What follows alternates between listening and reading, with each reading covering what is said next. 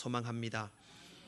현대를 살아가는 모든 사람들에게는 누구나 어떤 이 규범, 제도를 벗어나고 싶은 그런 자유롭게 한번 일탈하고 싶은 그런 마음이 누구에게나 있을 거라고 생각을 합니다.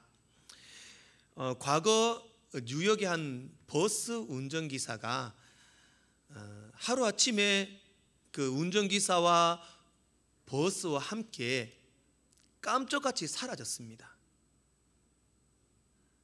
정말 아무런 문제도 없었던 사람인데 사람이 사라지니까 발칵 뒤집어졌습니다. 가족들이 찾고 주변 사람들이 찾고 회사에서 찾았습니다. 3일 동안 그 사람이 갈 만한 곳, 있을 곳을 샅샅이 뒤졌지만 찾을 수가 없었습니다. 운전기사와 버스가 함께 사라지니까 결국 경찰에 신고를 했고 경찰에 대대적인 수사가 있었습니다. 어떻게 납치됐나, 행방불명이 됐나, 사고가 있었나 찾기를 시작했습니다. 찾다가 4일째 되는 날 찾았습니다. 사람을 찾았는데 정말 뜻밖의 장소에서 찾았습니다. 뉴욕 외곽에 있던 한 국립공원 주차장에서 그냥 그 버스가 세워져 있는데 그 버스 안에서 운전기사가 자고 있더랍니다. 깜짝 놀라서 찾아가지고 막 워낙 그 사람이 화제가 됐기 때문에 이미 경찰도 왔고 기자들도 왔습니다. 당신 어떻게 지금 뉴욕 온 시대가 당신을 찾는다고 지금 난리가 났는데 어떻게 여기 있느냐 놀라서 말을 하니까 그 운전기사가 되려 자기가 더 놀란 투로 뭐가 이렇게 호들갑 떨 일이냐 하면서 하는 말이 나는 그저 내 삶이 너무 고단하고 지치고 피곤해서 그냥 외부와 연락 끊고 그냥 쉬고 싶었다. 그리고 여기 주차장에 주차하고 그냥 3일 동안 쉬었다. 그렇게 말합니다. 그 일 있고 나서 얼마 지나지 않아서 그 운전기사에게 엄청난 축하 메시지와 꽃다발과 선물이 막 오는 겁니다. 그 메시지가 어떤 메시지냐면 당신 정말 대단합니다. 나도 당신처럼 모든 것을 던져버리고 훌쩍 떠나고 싶었는데 용기가 없었습니다. 그런데 당신은 그것을 정말 실천했습니다. 대단합니다. 훌륭합니다. 응원합니다. 화이팅입니다. 막 그런 응원 문자가, 응원 메시지가 막 왔다라는 겁니다. 혹시 여러분들은 한번 그렇게 해보고 싶은 생각이 없으셨습니까? 만약에 제가 안 보이거든 그래서 사라진 줄로 아시고 안 찾으셔도 됩니다. 때가 되면 나타날 테니까요. 사람들은 누구나 어떤 제도, 어떤 법에서 벗어나 본능적으로 한번 제멋대로 살고 싶은 그런 본능이 있습니다. 요즘에 그게 어떻게 보면 하나의 트렌드가 되었습니다. 문화가 되었습니다. 어떤 틀과 형식, 제도를 벗어나는 것이 트렌드가 되었습니다. 한간에 젊은 층들을 중심으로 캠핑이 아주 유행이었습니다. 캠핑 한번 쯤은 해보셨죠? 야외에서 텐트 치고 야외에서 불에 고기도 구워 먹고 야외에서 캠핑 생활을 하는 것. 그것도 보면 어떻게 보면은 늘 틀에 박힌 집 안에서 형식적인 삶을 사는 것보다 자연에서 틀에 박히지 않고 자유롭게 한번 일탈을 즐겨보자. 그런 사람의 심리가 작용해서 그것이 인기가 되지 않았는가 그렇게 생각을 합니다. 모든 게 그렇습니다. 요즘 젊은 층들에게도 형식과 틀을 깨는 트렌드가 유행입니다. 그냥 딱 봐도 그렇습니다. 요즘 세대를 무슨 세대라고 합니까? MZ세대. 어디 가니까 MZ세대가 미치고 뭐랄 한다. 그런 세대를 MZ세대라고 하더라고요. 왜냐?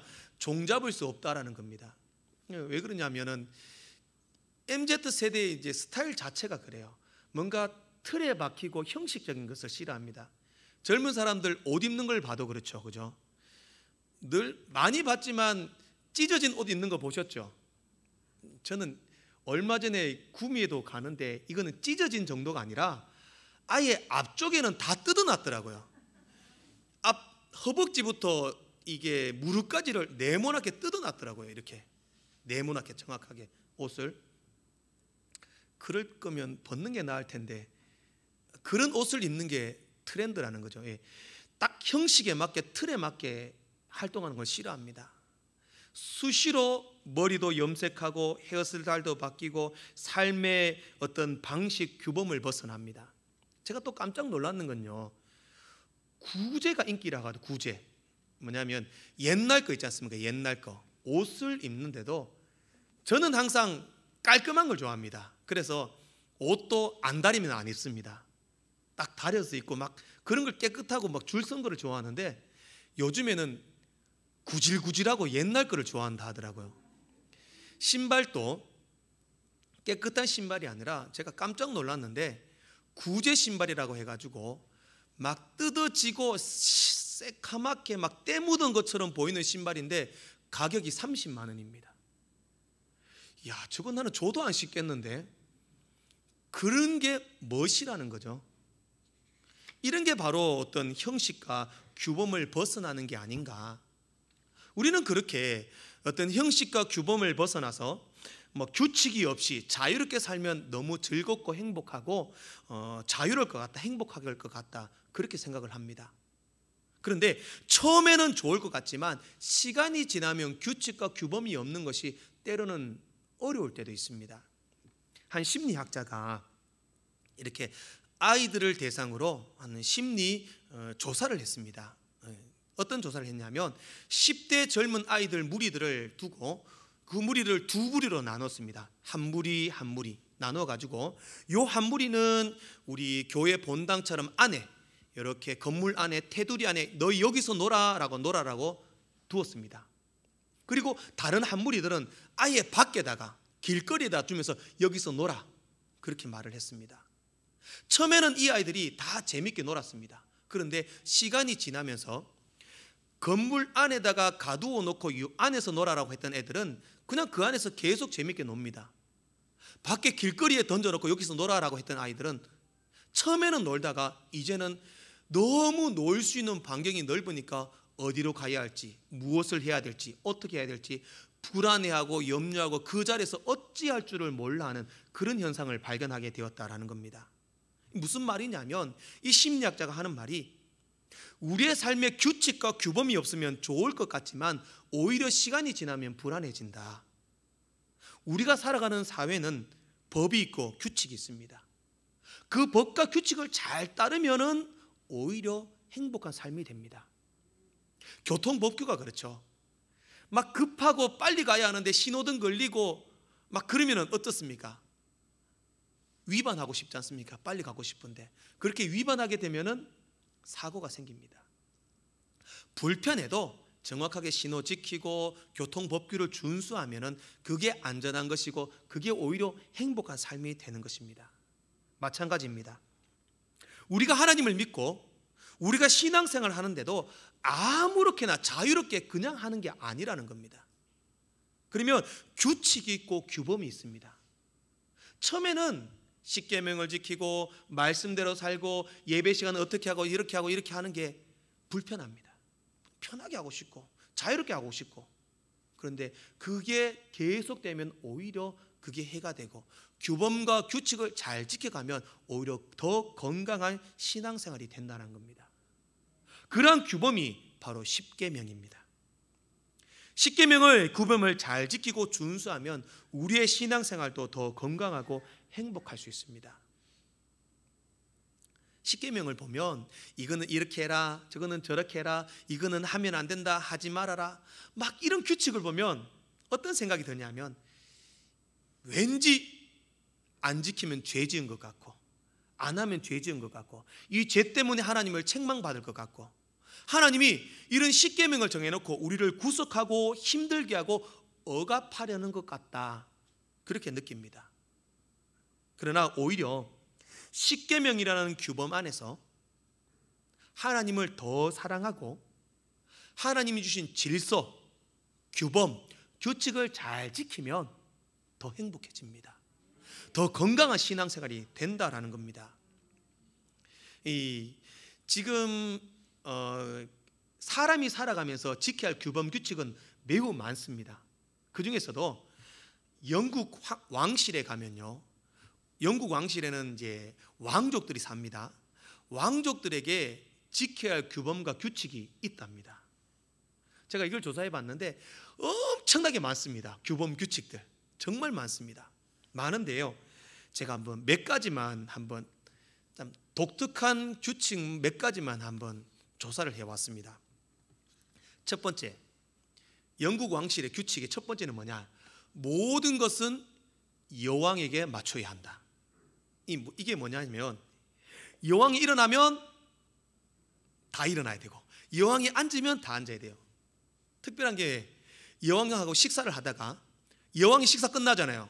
그러면 다 식사 그만둬야 돼요. 나는 아직 덜 끝났다, 이게 안 된대요. 여왕이 사람들 앞에서 등 돌리기 전에는 절대 등을 돌릴 수 없답니다. 규칙이 딱 그 규칙은 무조건 지켜야 된답니다. 두 번째, 왕족들은요, 공식적인 석상에서 절대로 스킨십을 하면 안 된답니다. 부부여도 뭐 왕세자, 뭐 왕비 이렇게 같이 있어도 절대 공식적인 석상에 손을 잡거나 어깨를 만지거나 어깨 동무를 하거나 그렇게 하면 안 된대요. 세 번째, 나 이게 참 재밌었습니다. 여러분들 부루마블 압니까? 부루마블. 요즘 젊은이들이 주사위를 던져가지고 그걸 가지고 뭐 가상 돈으로 건물을 사고 건물을 짓고 땅을 사고 나라를 사고 하는 그런 보드 게임입니다. 영국 왕실에서는 절대로 부루마블 보드 게임은 할 수 없답니다. 이유가 뭐냐? 왕족이 건물 사고 막 이런 거에 상스럽다는 거죠. 또 왕족은 여행을 할 때는 반드시 검은색 정장을 챙겨야 됩니다. 어디를 가든지 검은색 정장 한 벌을 챙겨야 됩니다. 언제든지 장례식을 갈 수 있기 때문에 해외를 가든지 다른 나라를 가든지 여행을 가든지 무조건 검은색 정장은 챙긴답니다. 그게 규칙입니다. 또 왕위를 계승할 사람들끼리는 함께 여행을 안 간답니다. 말 그대로 왕자가 있고 왕세손이 있으면 아빠하고 아들이 같이 여행을 못 간다는 거죠. 여행을 갔다가 사고 나면 왕족의 혈통이 끊어지기 때문에 절대 그 아빠하고 아들이 절대 같이 함께 여행 못 갑니다. 같이 비행기도 못 타고 차도 못 합니다. 그게 규범입니다. 또 왕족은요, 이것도 재밌었습니다. 왕족은 핸드폰으로 셀카도 못 찍는답니다. 이제 핸드폰 돌려놓고 자기 막 찍는 게 이게 왕족으로서 채통이 아니다. 셀카를 못 찍는답니다. 왕족은 또 모피옷도 입지 못하고 공개적인 석상에서 반드시 모자를 써야 되고 누가 주는 선물이든 거절하지 못하고 무조건 받아야 된답니다. 수많은 규범 중에서 10가지만 제가 추렸습니다. 자, 그러면요, 인간 왕족도 살아가면서 엄격한 규율, 규칙 가운데 자기의 품위와 지위를 지킵니다. 그렇다면 만왕의 왕이신 하나님의 자녀된 우리가 하나님의 자녀, 하나님의 백성으로 살아갈 때 우리들도 우리의 품위, 우리의 지위를 지키기 위하여 반드시 지켜야 할 규범과 규칙이 있다라는 겁니다. 그것이 10계명입니다. 그것을 10계명을 지킴으로 우리의 규칙, 규범, 우리의 삶의 질서를 세울 수 있습니다. 그러면 오늘 그 10계명 강의의 첫 번째 시간, 너는 나 외에 다른 신들을 내게 두지 말라. 오늘 이 첫 번째 계명의 의미를 살펴보면서 하나님께서 우리에게 주신 규범 아래 더욱더 건강하고 행복한 우리의 신앙이 될 수 있기를 소망합니다. 첫 번째로 제1계명은 내가 너를 사랑한다라는 하나님의 고백입니다. 여러분들 부부의 날이 언제인지 아십니까? 다 아시네요. 저만 몰랐습니다. 저는 어제 알았습니다. 설교 준비하다가 5월 21일이랍니다. 5월달이 가정의 날이고 21일은 둘이 하나가 되는 날이라고 해서 21일이랍니다. 자, 부부의 날, 작년 부부의 날 5월 21일 날 경남 지방 경찰청에서 이 주부들을 대상으로 설문조사를 했습니다. 주부들에게 당신 남편에게 가장 듣고 싶은 말이 뭡니까? 물었습니다. 1위가 뭐였을까요? 1위 사랑해. 당연하겠죠, 그죠? 사랑해. 사랑해라고 많이 해주시기 바랍니다. 예. 두 번째는 고마워. 세 번째는 수고했어. 네 번째가 뭘까요? 네 번째가 여보라는 말이랍니다. 평소에 경상도 남자들이 여보라고 안 한다는 거죠. 어이, 여봐라, 저 누구 엄마. 예. 그렇게 말하니까 여보라는 말이 듣고 싶었다는 거죠. 그러면 반대로 사랑하는 사람에게 듣고 싶은 말은 사랑해, 고마워, 수고했어 이런 말이라면, 내가 사랑한다면 사랑하는 사람에게 무슨 말을 가장 먼저 해야 될까? 내가 저 사람을 정말 사랑한다면, 연인이 있습니다. 남녀가 연인이 사랑하는 사이입니다. 남자가 여자를 너무 사랑합니다. 너무 사랑하니까 이 여자에게 너 사랑해, 너 사랑해 이 말을 하고 싶습니다. 그 말을 하기 위해서는 가장 먼저 하는 말, 나 너 사랑해. 그러니 딴 마음 품지 마. 그렇죠. 사랑하는 사람에게 너 딴 마음 품지 마 이게 아니라, 너 다른 남자 만나려면 만나고 하고 싶은 대로 해. 정말 사랑하는 겁니까? 아니죠. 정말 사랑한다면 너 딴 마음 품지 마. 너 나만 바라봐. 나만 바라봐. 오늘 1계명의 의미가 바로 그겁니다. 너는 나 외에 다른 신들을 내게 두지 마라. 이 말씀은 하나님이 우리를 사랑한다는 말이에요. 내 너희들을 사랑해. 그러니 너희 딴 마음 품지 마. 다른 것 보지 마. 다른 것, 나보다 다른 것 더 사랑하지 마. 내가 너 사랑해. 그렇게 말씀하시는 겁니다. 하나님이 주신 계명 중에서 10계명은 특별합니다. 10계명은 하나님께서 직접 손으로 쓰셔서 모세에게 전달하셨습니다. 다른 계명들은 그저 말로 이렇게 해라, 저렇게 해라, 이걸 지켜라, 저걸 준수해라 이렇게 말씀하셨지만 10계명은 반드시 하나님이 손으로 쓰셔서 주셨습니다. 출애굽기 31장 18절 말씀에 보면, 여호와께서 시내 산 위에서 모세에게 이르시기를 마치신 때에 증거판 둘을 모세에게 주시니 이는 돌판이요 하나님이 친히 쓰신 것이더라. 하나님이 써주셨습니다. 그 써주신 것의 첫 번째가 나는 너희를 사랑해. 그러니 너희들은 딴 마음 품지 마. 나 외에 다른 신을 섬기지 마. 나만 바라봐. 하나님은 이기적인 분이 아니십니다. 너 다른 신 섬기고 얽매이고 가두고 우리를 구속하기 위한 계명으로 10계명을 주신 것이 아닙니다. 하나님의 제도 안에, 규율 안에 내가 사랑하는 만큼 너희들도 나를 사랑해. 요즘 논산훈련소에 가면요, 논산 육군훈련소 아시죠? 군인이 되기 위해서 훈련소에 가면요, 이 그랜드슬램을 달성하는 게 인기랍니다. 그랜드슬램. 이 그랜드슬램이라는 말은 잘 아시겠지만 운동선수나 문학가나 예술가들이 어떤 자기가 하고 있는 이 분야에서 대표적인 어떤 대회나 시상식에서 모두 상을 타면은, 그 중요한 상을 다 타거나 1등을 하면은 이 사람은 그랜드슬램을 달성했다 막 이렇게 말하잖아요. 그죠?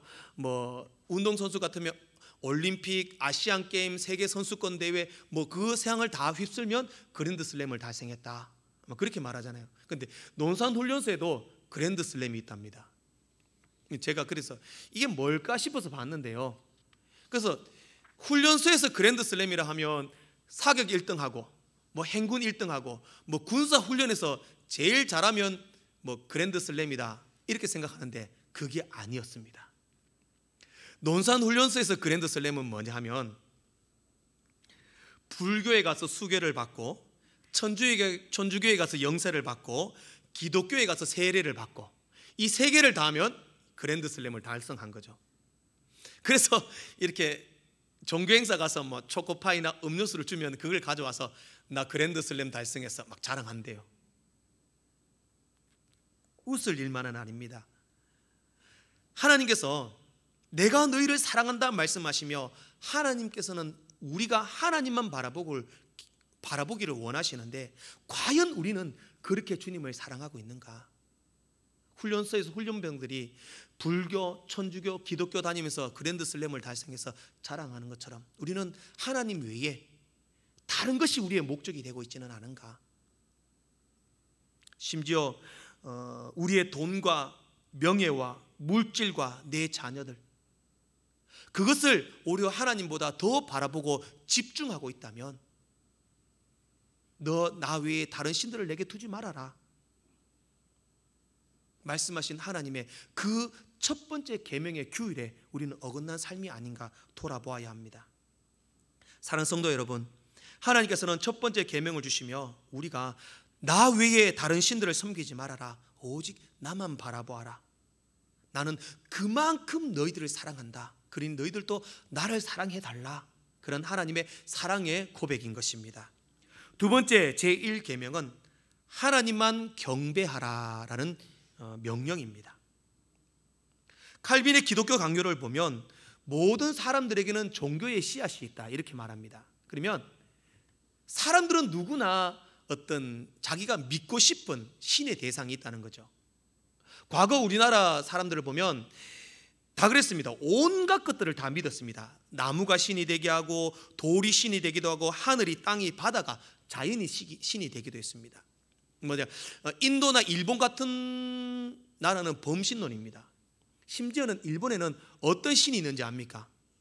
일본에는요, 나뭇잎 신이 있답니다. 나뭇잎 신. 이렇게 나뭇잎이 떨어질 때 있잖아요. 팔랑팔랑 떨어질 때 그 떨어지는 모습을 신이라고 섬기고 예배를 하고 경배를 한답니다. 그런 이유가 모든 인간에게는 신에 대한 동경이 있기 때문입니다. 우리나라도 지금 고도로 발달된 문화를 살아가지 않습니까? 그죠? 지금 뭐 자동차들이 전기차가 나오고 자율주행이 나오고 이제 뭐 모든 초과학 문명의 시대를 살아갑니다. 근데요, 그렇게 뭐 자동으로 가는 차들이 막 전기차들이 엄청난 그런 과학으로 만든 차들, 차 사면 뭐합니까? 여전히 뭐 명태 말린 거 걸어놓고 거기다가 제사 지냅니다. 사고 나지 않게 해달라고. 과학이 뭔 필요가 있습니까? 뭐 카이스트라는 그런 훌륭한 과학대학교에서도요, 어떤 학술을 발표하거나 뭐 연구를 할 때 뭘 하냐면 돼지머리 갖다 놓고 우리 연구 잘 마칠 수 있도록 제사 지냅니다. 그게 인간의 본능입니다. 젊은 층들, 요즘 젊은 층들에게 인기 있는 게 운세 점치는 거래요. 카드 점치고 오늘의 운세 보고, 혹시 여기서도 신문 제일 처음에 피면 오늘의 운세 그것도 붙어보고 자기 띠 찾아가지고 오늘은 물을 조심해야 된다 이러신 분 없으시겠죠, 그죠?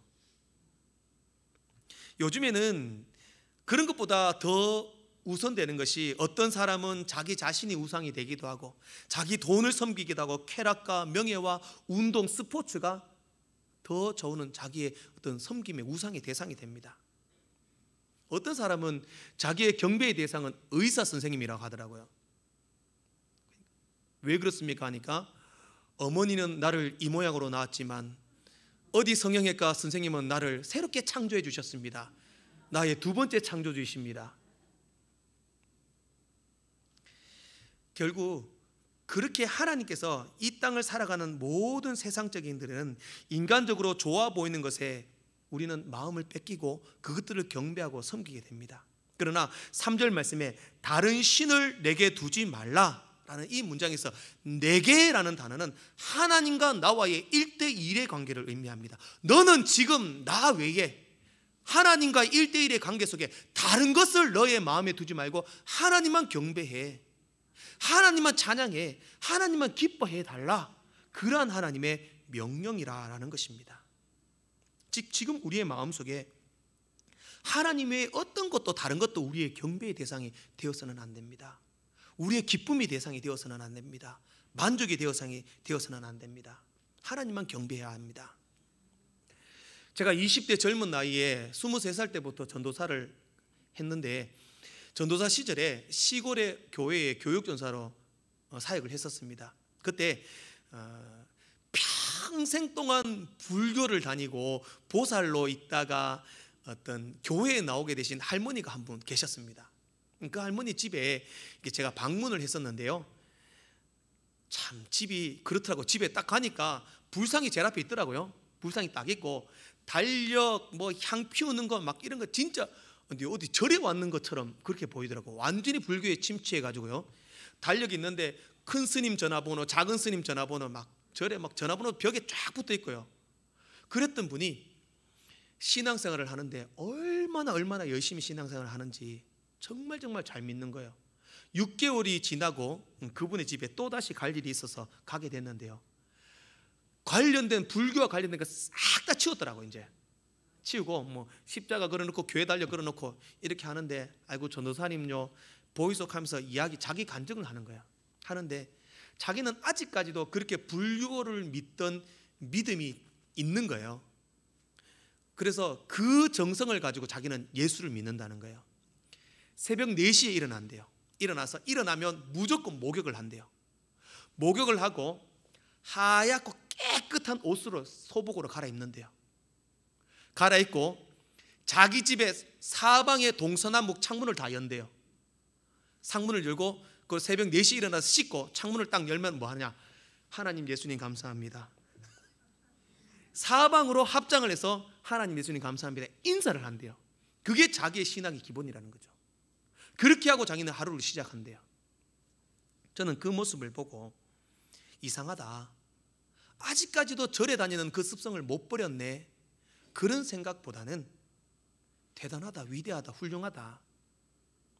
새벽에 겨우 일어나가지고 눈곱만 겨우 떼가지고 졸리는 모습으로 겨우 새벽 기도 왔다가 졸다가 예배 마치면 바로 집에 가서 침대에 눕는 그런 우리보다는 훨씬 낫다. 예수 믿으려면, 하나님 믿으려면 저런 마음으로 믿어야 되지 않겠느냐. 어떻게 보면 1계명 너는 나 외에 다른 신을 섬기지 말라. 과거에는 불교에 침투해 있었지만 지금은 오직 하나님만 바라보고 새벽마다 목욕하고 하나님께 인사하는 그 신앙, 그 신앙의 의미가 바로 1계명의 의미가 아닌가, 그렇게 생각을 했습니다. 사랑하는 성도 여러분, 하나님만이 여러분의 경배의 대상이 되길 원합니다. 하나님만 예배하고 기뻐하시길 원합니다. 온 마음과 정성과 뜻을 다하여 나 외에 다른 신을 두지 말라. 오직 하나님만 경배하시는 여러분을 되시기를 소망합니다. 마지막으로 이 제1계명은 하나님 우선주의로 살라라는 말씀입니다. 10계명에도 순서가 있습니다. 1계명부터 10계명까지. 1계명에서 4계명까지는 하나님과의 관계된 계명입니다. 그러면 5계명부터 10계명까지는 바로 우리의 신앙생활과 관계된 계명입니다. 순서를 보면요, 하나님과의 관계된 계명이 1계명부터 4계명까지 나옵니다. 그럼 5계명은 내 부모를 공경하라. 그럼 부모님이 두 번째입니다. 하나님 다음 부모님입니다. 그 다음은 생명입니다. 살인하지 말지니라, 생명의 소중함. 그 다음에는 성입니다. 성적인 것, 간음하지 말라, 성적인 것에 빠지지 말라, 죄를 범하지 말라. 그 다음에는 물질과 재산에 대한 계명들이 나옵니다. 순서적인 거죠. 그러면 보면 자, 그렇구나, 하나님이 제일 중요하구나. 그 다음은 부모님, 그 다음에 생명들, 성적인 것들, 물질들, 재산들, 그렇게 10계명의 순서가 되어 있습니다. 그런데 과연 우리는 그 순서 속에서 하나님이 우선이 되고 있느냐? 혹시 거꾸로지는 않습니까? 물질과 재산이 가장 우선이고, 쾌락인 성이 두 번째고, 생명이 세 번째고, 부모님이 네 번째고, 하나님이 다섯 번째고. 아니다, 나는 그렇지 않습니다 라고 말을 할 수 있지만 우리의 모습을 돌아보면요, 어떻게 보면 돈 벌고 나의 물질 재산을 쌓는 일이 하나님보다 우선일 때가 있습니다. 어떻게 보면 성적인 쾌락을 위하여 우리의 신앙을 버리기도 합니다. 사람을 죽이는 것은 큰 죄다라고 생각을 하지만 하나님의 말씀을 어기는 것은 큰 죄라고 생각하지 않습니다. 결국에는 하나님이 가장 마지막 내 삶의 여분으로, 취미생활로, 종교생활로 남겨둔 것이 하나님이 아닌가.